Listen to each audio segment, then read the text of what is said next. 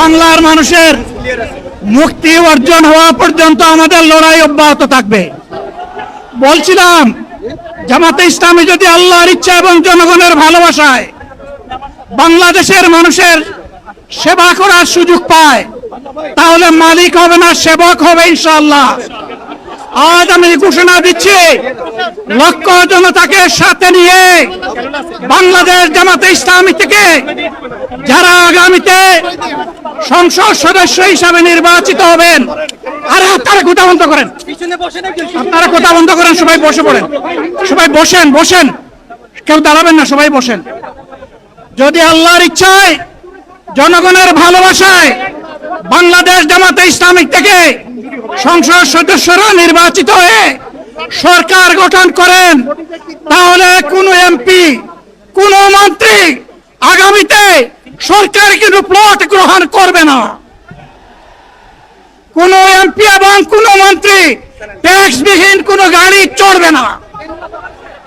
কোন এমপি এবং কোন মন্ত্রী তার নিজের হাতে কোনো টাকা চালাচালি করবে না। কোন এমপি এবং কোন মন্ত্রী যদি তার নির্দিষ্ট কোনো কাজের জন্য বরাদ্দ পেয়ে থাকেন, কাজ শেষ হওয়ার সাথে সাথে বাংলাদেশের 18 কোটি মানুষের কাছে তারা তার প্রতিবেদন তুলে ধরতে বাধ্য হবে। সম্মানিত বন্ধুগণ, চাঁদা আমরা নিব না, দুর্নীতি আমরা করব না, চাঁদা আমরা নিতে দেব না, দুর্নীতি আমরা সহ্য করব না। এই বাংলাদেশটাই আমরা দেখতে চাই। যুবকদেরকে আমরা স্পষ্ট ভাষায় বলতে চাই, বন্ধুগণ, তোমাদের সাথে আমরা আছি। আমি আজকে জামাতের আমির হিসাবে এখানে কথা বলতে আসিনি। আমি এসেছি বাংলাদেশের 18 কোটি মানুষের একজন হয়ে কথা বলতে। আমি শিশুদের বন্ধু, আমি যুবকদের ভাই, আমি বয়স্কদের সহযোদ্ধা, আমার বোনদের আমি ভাই। সুতরাং তাদের মুক্তির জন্যই আমি দায়িত্ব নিয়ে আজকে এখানে দাঁড়িয়েছিলাম। আল্লাহর ইচ্ছা শরীর আমাকে সাময়িকভাবে সহযোগিতা করে নাই, এটাও আল্লাহর ইচ্ছা যে এখন আল্লাহ আমাকে কথা বলার সুযোগ দিচ্ছেন। আমি বলতে চাই, বাংলাদেশের নির্দিষ্ট কোন শ্রেণীর মুক্তির জন্য আমাদের এই লড়াই নয়। রাস্তার একজন পরিচ্ছন্নতা কর্মী, চা বাগানের একজন শ্রমিক, রক্ত পানি করে ঘাম জড়ানো আমার একজন রিক্সা চালক ভাই মাঠে ময়দানে বাংলাদেশের মানুষের মুখে যারা এক মুঠো ভাত তুলে দিতে চায়, আমার সেই কৃষক বন্ধুটি, আমি তাদের হয়ে আজকে এখানে কথা বলতে এসেছি। আমি কোন অভিজাত শ্রেণীর হয়ে এখানে কথা বলতে আসিনি। আল্লাহ তাআলার অশেষ মেহেরবানি, আজীবন সকল রক্ত চক্ষুকে উপেক্ষা করেছি, জেল জন্মের পরোয়া করি নাই। আমার আফসোস, 24 সালে জাতিকে মুক্তি দিতে গিয়ে যারা জীবন দিয়ে শহীদ হলো, আমি তাদের একজন হতে পারলাম না।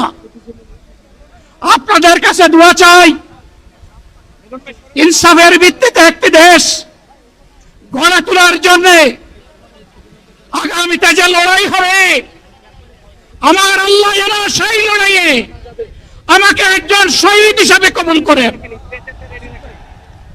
সম্মানিত বন্ধুগণ, আমাদের প্রিয় শহীদ নেতৃবৃন্দ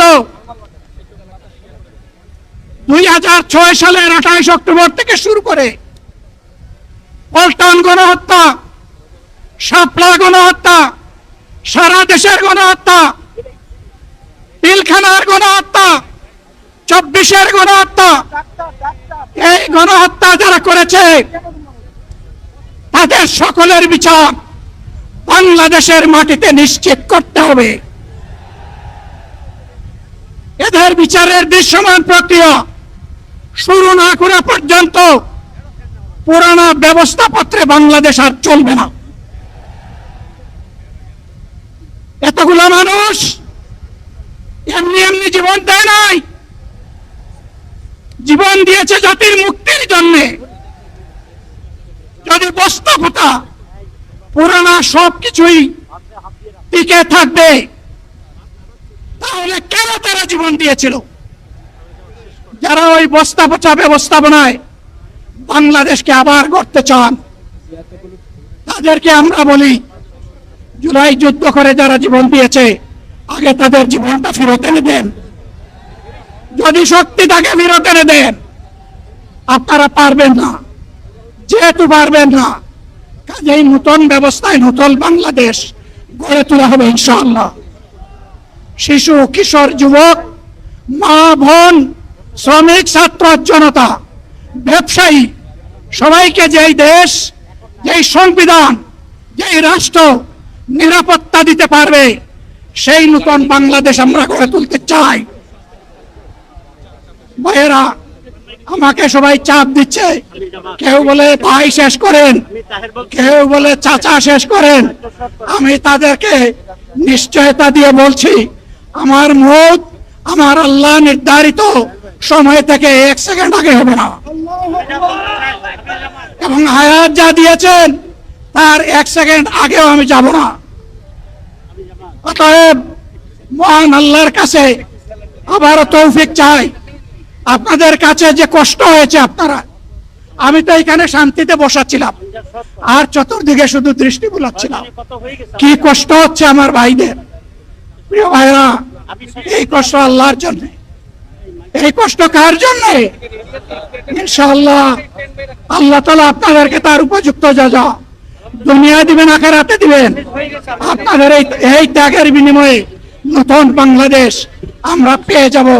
আসুন সেই নতুন বাংলাদেশের জন্য একবার স্লোগান দিয়ে শেষ করি, নারায়ে তাকবীর। আসসালামু আলাইকুম ওয়া রাহমাতুল্লাহ।